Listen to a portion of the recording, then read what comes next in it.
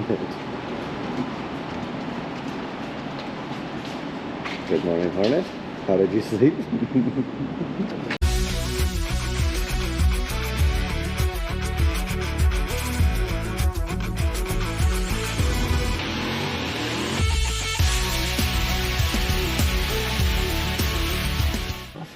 Okay, that's the first time that we've had to start it cold because it's been pretty warm. Oh, what a unit. Oh yeah, he wants it. Listen to that baby purr.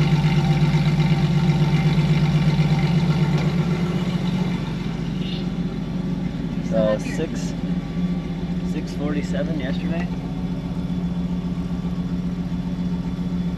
Something like that.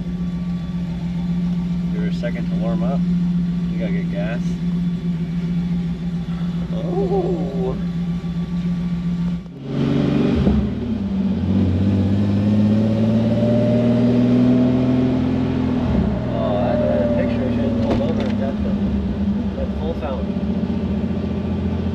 Ain't gonna jump it this time, but next time, oh yeah.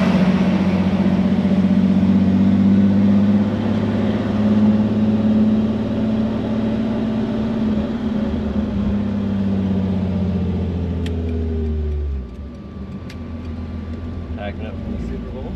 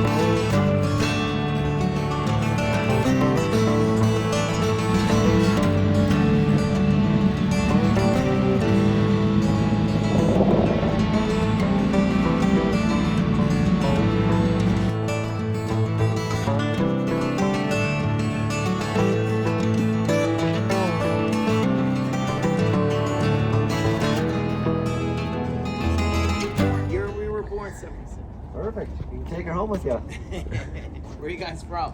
We're from Minnesota. We bought this in the Bay Area yesterday. Oh, yesterday? Really? Yeah. We got, I don't know, I think 700 miles on it so far. Nice. So we're headed home. We got 2,100 to go, I think. Well, we're taking a long way. Morning. My uncle was the chairman of American Owners. Oh, really? By chance? Southbound in the Queen Bee.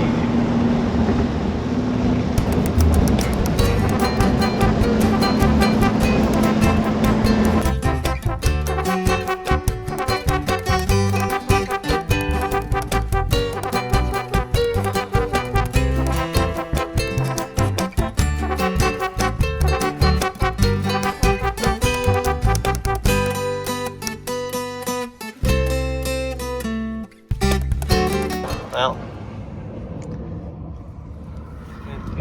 not sure what happened. We were going along and it sputtered once or twice. Kind of like it was running out of fuel, but I could push in the clutch and rev it up. And it was good. Fuel pump was still on, so I'm not really sure.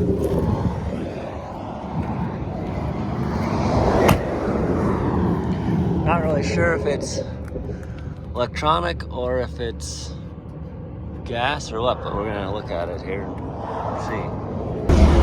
So we pushed it off the highway a little bit, turned over, fires right up.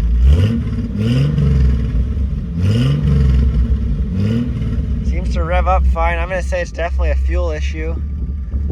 The pump's running, so I don't know if there's a little shit in the tank or a little water or something. But we're only 20 miles from Kingman, so Is there a filter on it? Not up here. I don't know about underneath. I'm gonna shut it back off. Hopefully it'll restart. I don't see it. I don't see one up here.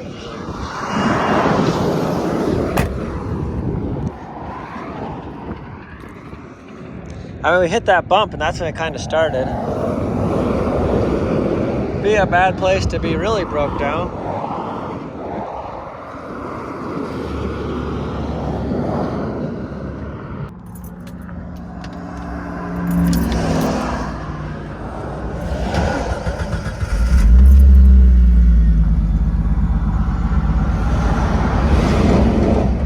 Temp's good, oil's good. Seems to rev fine. I think it's definitely fuel related, but we're gonna see if it'll go down the highway or if it's gonna struggle under load. It's so low we can't barely get underneath the car, so I guess we'll see. That pump still sounds the same, so yeah, I couldn't hear if it was shutting. If it was shutting on and off. Gas in the past, but I mean it should be out of gas. Yeah, we just filled up. Only gone 100 miles. Well, things seem fine. We're about 4 miles from where we were pulled over. So it had coughed at cruising speed once. I pushed in the clutch and cleaned up fine. And then it started to stumble. So I pulled off the road and then it wouldn't barely stay running. I was trying to feather it. And then eventually it died. After sitting, it fired right back up, revved out, so I don't know if there's a little bit of crap in the fuel, maybe a plugged fuel filter or a vent line that needed to just burp or something. But we're going to try to find a jack in Kingman so we can get underneath the car and look at it a little more. But I mean, we're back at 77 miles an hour. Chicago, here we go.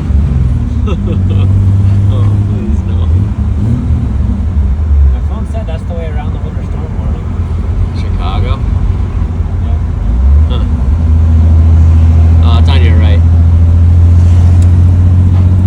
Nice place. I'm going to do it around here for fun. Alright, so body jack and Harbor Freight. Just gonna put it together and then jack up the car. Gonna check out the rubbing too, but also see if we can find the fuel filter and see if there's anything that's pinching the line that cut our fuel off to make it bog. So throw this under there and do a little bit of parking lot maintenance here. Okay, so there's the fuel filter up on the frame rail.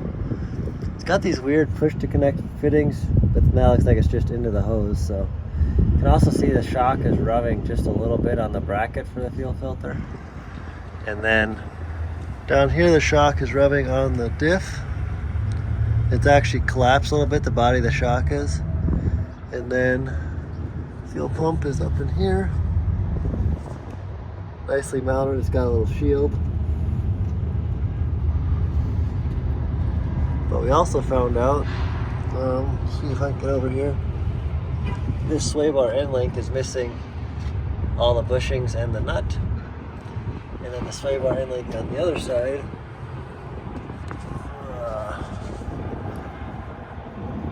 The bolt isn't long enough to put a nut on, so I'm guessing these never had nuts on them. So that'll have to get fixed. I think for the time being it's fine. I mean, what we could do is just take the end links totally off. Could just unbolt it here and the sway bar would hang, but I think it'll be fine. One of the stories, I don't think the tire's really rubbing. I think it's just, I guess actually if this was pushed in all the way, maybe we could get a nut on that. You can see the bushings pushed out. Huh. Well, we're gonna make a plan. I don't know if we're gonna try to find one of these filters.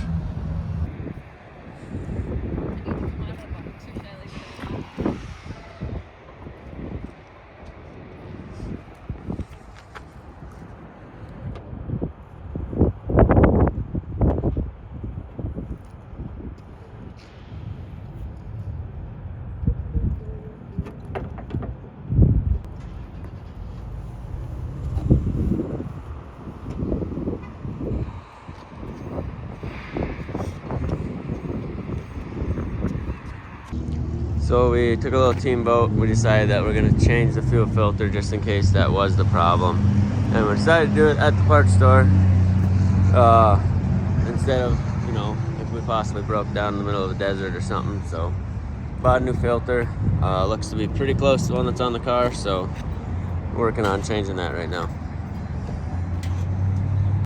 So we got the other filter off, and good thing that we did change it, because he's looking pretty dirty. Kind of hard to tell, but that's all sand and grit coming out of there from the tank. So It's not horrible. I mean, you can still blow through it,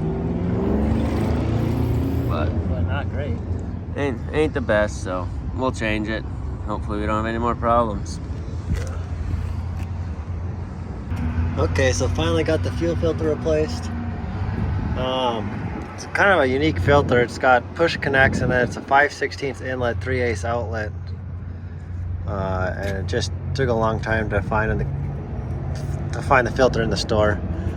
Huge shout out to Sean at O'Reilly's here in Kingman, Arizona. He found us the right filter. They didn't have it, so we had to go to AutoZone to get it. But yeah, hopefully we'll set her down. The old filter's pretty dirty, so hopefully that solves that, and we're good to go. Okay, so fuel filter's on. We'll see if she'll start. I think it's gonna have to prime a little bit, but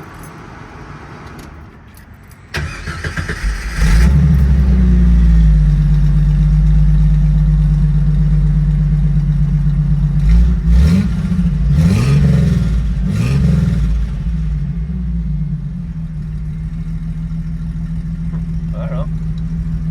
Seems fine. So I think this concludes our stay in Kingman. So we're just east of Kingman. We've been back on the road for probably 5 miles. The car seems to be running good. We're going 80, no issue at all. So I think that fuel filter was probably our problem, knock on wood. We're pretty late in the day now. It's like 2:30 or 3 o'clock or something. So yeah, we're going 81. Speedometer is accurate. 81 on the GPS, so